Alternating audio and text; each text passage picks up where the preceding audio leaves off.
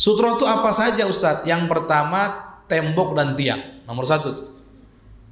Pertama tembok dan tiang. Kalau ada contohnya, ini tembok ngadep kiblat kan sebelah sana, kiblat sebelah sana, belakang kami. Ada yang sholatnya ngadep ke tembok, maka tidak boleh lewat di depannya itu. Haram itu, haram, dosa hukumnya.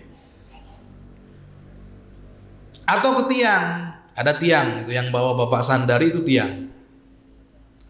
Ada orang sholat persis ngadepnya ke tiang sebagai pembatas, sebagai sutroh.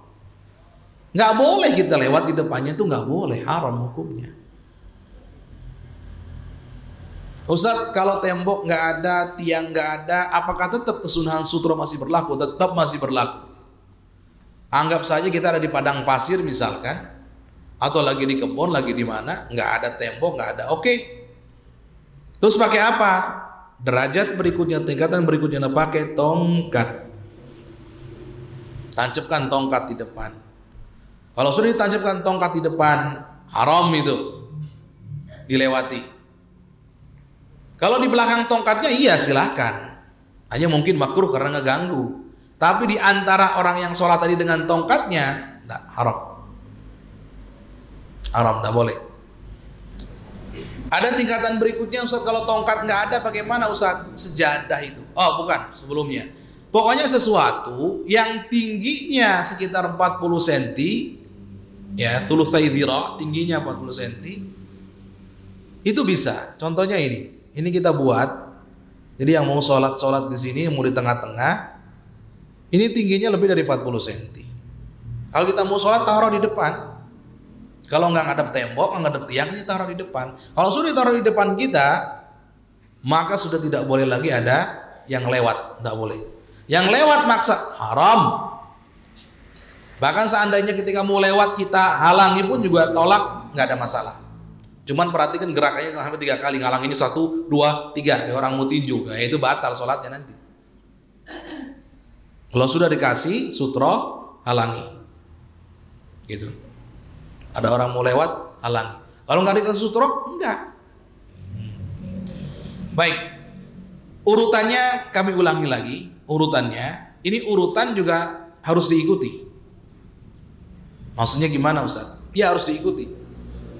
Selama ada yang pertama, tidak boleh yang kedua dan yang ketiga, gitu ya. Urutannya. Maksudnya makruh nanti kalau milih yang kedua. Urutan pertama tadi ada tembok, ada tiang. Urutan kedua semacam tongkat. Urutan ketiga kayak benda yang tadi itu, sutroh yang dikhususkan itu. Urutan keempat nggak ada juga, sejadah. Sejadah sama permadani yang kita dudukkan ini, yang kita duduk itu beda ya. Kalau ini nggak bisa dianggap sutroh karena memang setiap hari, setiap saat dilewati lalu lalang oleh orang. Sutroh itu kan pembatas. Fungsinya apa? Mengingatkan orang lain bahwa saya sedang sholat, supaya tidak diganggu, supaya dihormati, nggak dilewati dan seterusnya. Kalau ini permadani ini bukan sutroh, bukan. Ini bukan sutroh. Ini biasa, furush, bisaut, biasa, normal ini.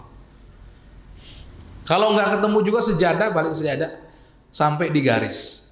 Garisnya bisa vertikal, bisa horizontal. Jadi bisa dari tumit atau dari ujung jari kaki diluruskan ke depan, garis begitu, atau garisnya dari depan seperti ini.